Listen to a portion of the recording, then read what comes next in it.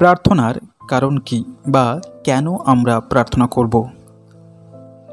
লোকালয়ে এবং ব্যক্তিগতভাবে প্রার্থনা করার যথেষ্ট গুরুত্ব রয়েছে।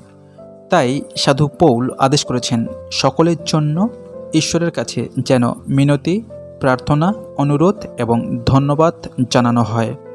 বিশেষ করে শাসনকর্তাদের জন্য এবং যাদের হাতে ক্ষমতা আছে তাদের জন্য প্রার্থনা করতে হবে।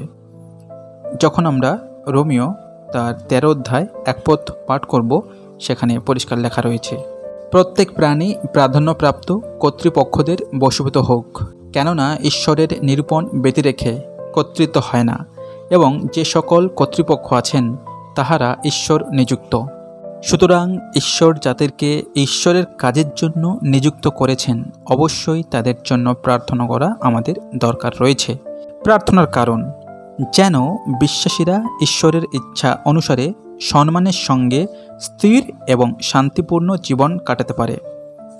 ঈশ্বর চান যেন সবাই পাপ থেকে উদ্ধার পায়, সেই জন্য প্রার্থনা খুবই গুরুত্বপূর্ণ।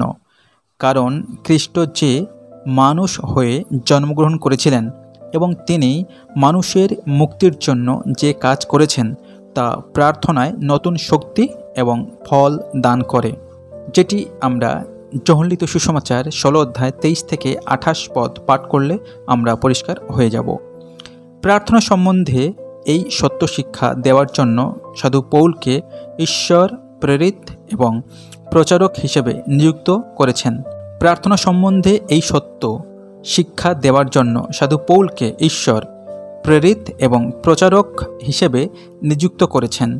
বিশ্বাসীদের উপযুক্তভাবে এবং সঠিক মনে প্রার্থনা করতে শিক্ষা দেয়া ছিল প্রেরিত সাধু পৌলের দায়িত্ব।